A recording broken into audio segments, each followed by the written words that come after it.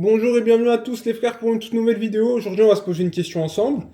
Qu'est-ce qui se passe à l'Olympique de Marseille? Quel est le projet de l'Olympique de Marseille aujourd'hui? Parce que pour le coup, aujourd'hui, on a un nouveau président, parce que le board a sauté. Benatia n'est plus là. Longoria n'est plus là. Aujourd'hui, on a un nouveau président, Stéphane Richard. Bon, je vais pas commencer à faire semblant, je sais pas qui est ce monsieur. Est-ce qu'il est compétent ou pas? J'en ai absolument aucune idée de qui il s'agit. Mais Francky McCourt nous a ramené ce mec-là. McCourt, déjà, bon, lui, alors honnêtement, je vais. Qu'est-ce qu'il fait encore à l'OM? Parce que bon, c'est quand même un mec, il a mis son argent. Le club est à perte tous les ans. Et il est toujours là. Bon, bah, il nous fait plaisir. Il signe des chèques. Bon, je pense qu'il sait pas à qui il signe des chèques. Hein, la plupart du temps, il signe à des gens. Bon, on lui dit signe le chèque, il signe le chèque. Les gars, lui, tôt ou tard, je pense qu'il va revendre. Les gars, tôt ou tard, c'est. Je pense honnêtement, bah, il va partir. Bah, ce serait même logique en vrai. Ce serait même cohérent par rapport à lui, déjà personnellement. Parce que bon, il s'est quand même mis dans un sacré bourbier. Parce que bon, les gars, on se rappelle de ses débuts avec oh, j'ai oublié son nom. C'est Héros, son nom de famille. Bon, on va l'appeler le président Héros, qu'il avait nommé au début. On avait vu, c'était absolument déjà n'importe quoi à l'époque. Là, il a nommé Longoria. Au moins, Longoria nous a donné un point positif à l'Olympique de Marseille, c'est qu'il nous a redonné une formation potable. On a l'OM aujourd'hui, au niveau jeune, ça va, ça va. Bon, même si après la transition avec les pros, c'est toujours un foutoir, mais au niveau des jeunes, déjà, t'es à des meilleurs niveaux, etc. Donc ça, en jeune, il nous a donné ça. Mais alors, sur le reste, hein, Pablo Longoria, les gars, le bilan, il est, on va dire, mitigé. Mitigé, c'est vraiment pour rester gentil, parce que, bah, les gars, c'est n'importe quoi. Cette dernière saison, donc là, la saison où on enregistre, la 2025-2026, il y a un monde, on ne fait pas la Ligue des Champions. Vous avez vu le recrutement, les sommes dépensées sur certains joueurs, qui, bon, on va se taire sur certains joueurs. Ton meilleur joueur cette année, en termes de rentabilité sur le mercato qui vient d'avoir lieu, c'est quand même Timothy Weah.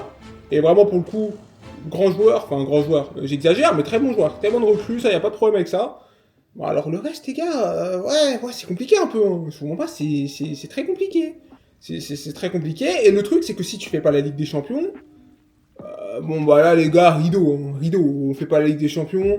Est-ce que déjà Macron doit signer un chèque? Parce que, ouais, parce que bon, l'OM perd de l'argent, hein, c'est quand même important de le dire, quand même, c'est un club déficitaire. Qui part, qui reste? Parce qu'il y a beaucoup de mecs là dans cette équipe-là, j'ai aucune idée. Franchement, bon, Greenwood va se barrer, je pense que ça c'est une certitude. Greenwood risque de se barrer.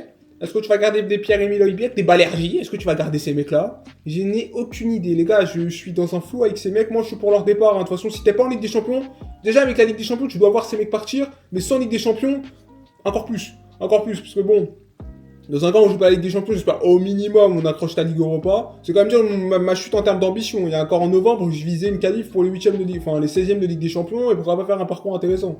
Là, on est vraiment redescendu parce que voilà, il y a quand même eu 2026 en termes de l'Olympique de Marseille, les gars, c'est un trauma absolu. Hein. C'est un trauma, c'est trophée des champions que tu perds dans des conditions, mais les gars, penalty, tu les bosses pas, bref. Élimination en Ligue des Champions, tu fais bon. Les gars, l'élimination en Ligue des Champions, elle est encore très choquante. Je pense que le groupe est marqué par ça, par contre. Je pense premier degré, je pense que ça crée vraiment un trauma dans le groupe et que je pense depuis les mecs terminé. Terminé, honnêtement. Tu te fais éliminer par Anatoly Troubine qui bat le Real, enfin. Benfica qui tape le Real, mais toi tu trouves le moyen de faire 3-0, perdre plutôt 3-0 contre Bruges et Liverpool. Bon là les gars, à ce moment-là, bon comme je vous l'ai dit, je pense que c'est depuis ces mecs ils ont tous déconnecté. Le 5-0 face à l'OM qui précipite le départ de Roberto De Zerbi, qui est d'ailleurs aujourd'hui à Tottenham, bon, on va bien rigoler sur ce qu'il va faire en PL. Et t'as l'élimination en Coupe de France. T'as 4 événements, ça a retourné la deuxième partie de saison, mais c'est terminé. Et c'est terminé. Et donc c'est intéressant de voir maintenant la dynamique, parce que maintenant, bon, tout le monde est parti. Stéphane Richard est le nouveau président du club. Comme je vous l'ai dit en préambule, je ne le connais pas. On verra ce qu'il va faire.